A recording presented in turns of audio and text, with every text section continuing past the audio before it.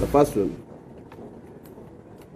I think after the election, like every situation in life, if you lie low, you find that there is trickle of information from across board about what might particularly have transpired following that election.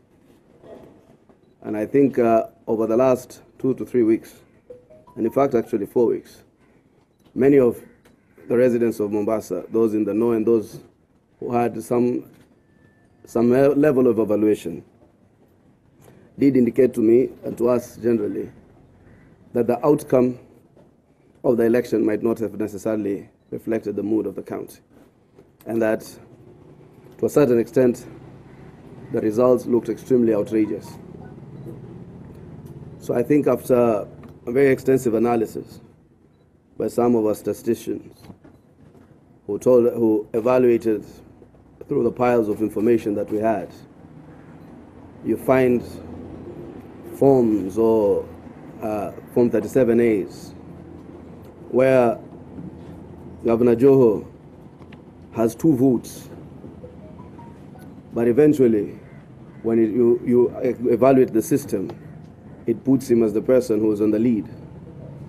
We heard about all these events of ballot stuffing.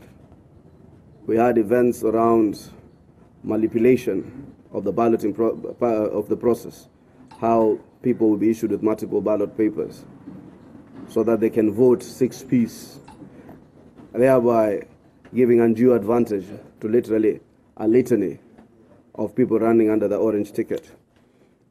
So once this evidence had come to bear, a lot of people were not sure who should take it to court.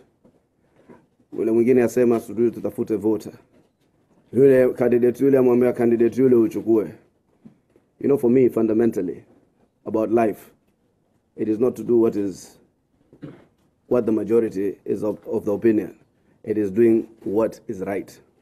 And what is right is to take the process of Mombasa County to the scrutiny of the elections court or to the scrutiny of the petitions court.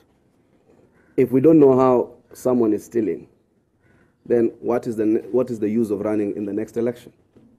That was the philosophy even of what NASA had set itself to achieve. If you don't know how someone is stealing, how then do you run in the next election? I remember, and I could bear witness, that on the 9th of August, as the results started to trickle in, I received a phone call from NASA IT department, one Edwin Ngonga, and he can bear witness and testimony to this, telling us one of the highest levels of tampering with respect to the election was in Mombasa. And Raila Odinga himself, on his first press conference on the 9th of August of that very same day, highlighted Mombasa as a place where there were massive discrepancies. If those of you who have memory, you would recall how 22 days later, how on the 22nd, he will give a clean bill of health to the same election process in Mombasa, and yet won the Supreme Court and won everybody else, is the highest level of sanitization of wrongs as long as they are coming from your side. You do not sanitize wrongs just because they come from your side. When your kid beats other kids, tell him he's wrong. When your kid is the one stealing, before he's caught by somebody else, punish him. Because usiyefunzwa na mamaye atafungwa na ulimwengu. So you protect a whole system of connivance against others, to prejudice others. If you look at it very carefully, those of you who recall, I will never forget the 5th of August, where the highest level of immaturity was demonstrated by some of the candidates by trying to deny me access to a presidential platform. Poor Kalonzo shouting, "Order!" You don't shout order. You take leadership. They thought it was okay. The whole world sympathized. The whole world gave me a feedback. That when the only reason Joho could have done that is appreciation that Raila condones that type of politics. It is appreciation that violence pays, that impunity is not punished in this country. Nonetheless, we went into the election, and I feel that the election outcome, as much as I was in the initial onset, one of those who was set to accept the outcome, I want to appreciate the evidence that came to us ultimately. And if nobody else had the courage to take up this matter, I have the courage. You know, they say sometimes you live to fight another day. Sometimes you live to fight now. And that's what I have decided to do. I will challenge this process. We have challenged this process. We have some of the best lawyers who are going to prosecute this matter. And one of our prayers this time is that those who are found culpable must be punished for criminal offenses. There has been too much theft in the election and the subversion of this process in this county for too long. And in our petition, for those who might have read it online, it avers a number of other grounds. Abuse of public resources, state officers taking part in an election, among other issues that I spoke to within the petition, including education, that the current governor does not qualify to hold that position, even if he subverts the process of illegality through the courts. Ultimately, time will catch up with him. So for me, as a conscious call, it is only imperative. You know, I hear the Joho followership asking, how does the number 3 go to court? It's not about the number 3, it's just that the number 1 is not deserving. It's not also about the number 3, or the 40,000 plus votes that I have, 44,000. Even a voter on his own accord can decide to petition a process that they think is not free and fair. So on behalf of those people who have courage, and I think for us, our struggle is a continuous effort. It's a continuous getting up and living to fight and fighting back. We are like heavyweight boxers. You take some punches and you get up and you come and get some more and still come up and approach that fight until victory. So I think that was a small event, was a slip, was not a collapse.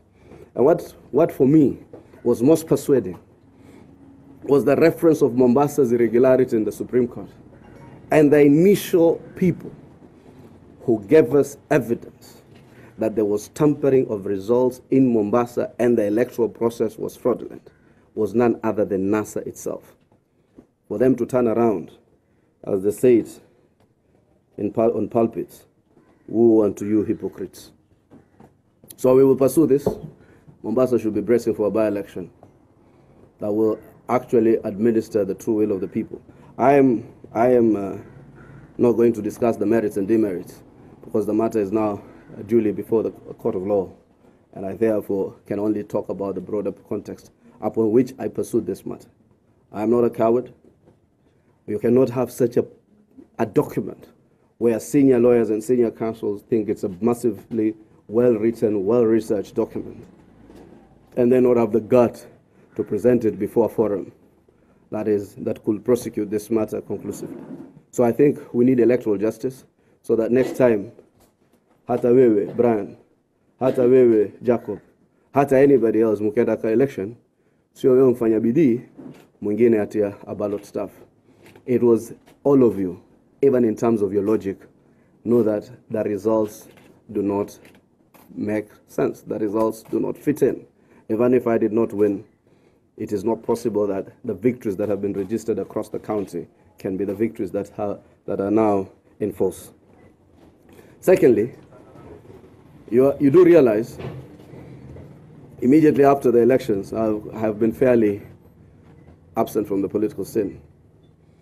So that I had resigned indeed from Wiper, but I only had to resign now through action.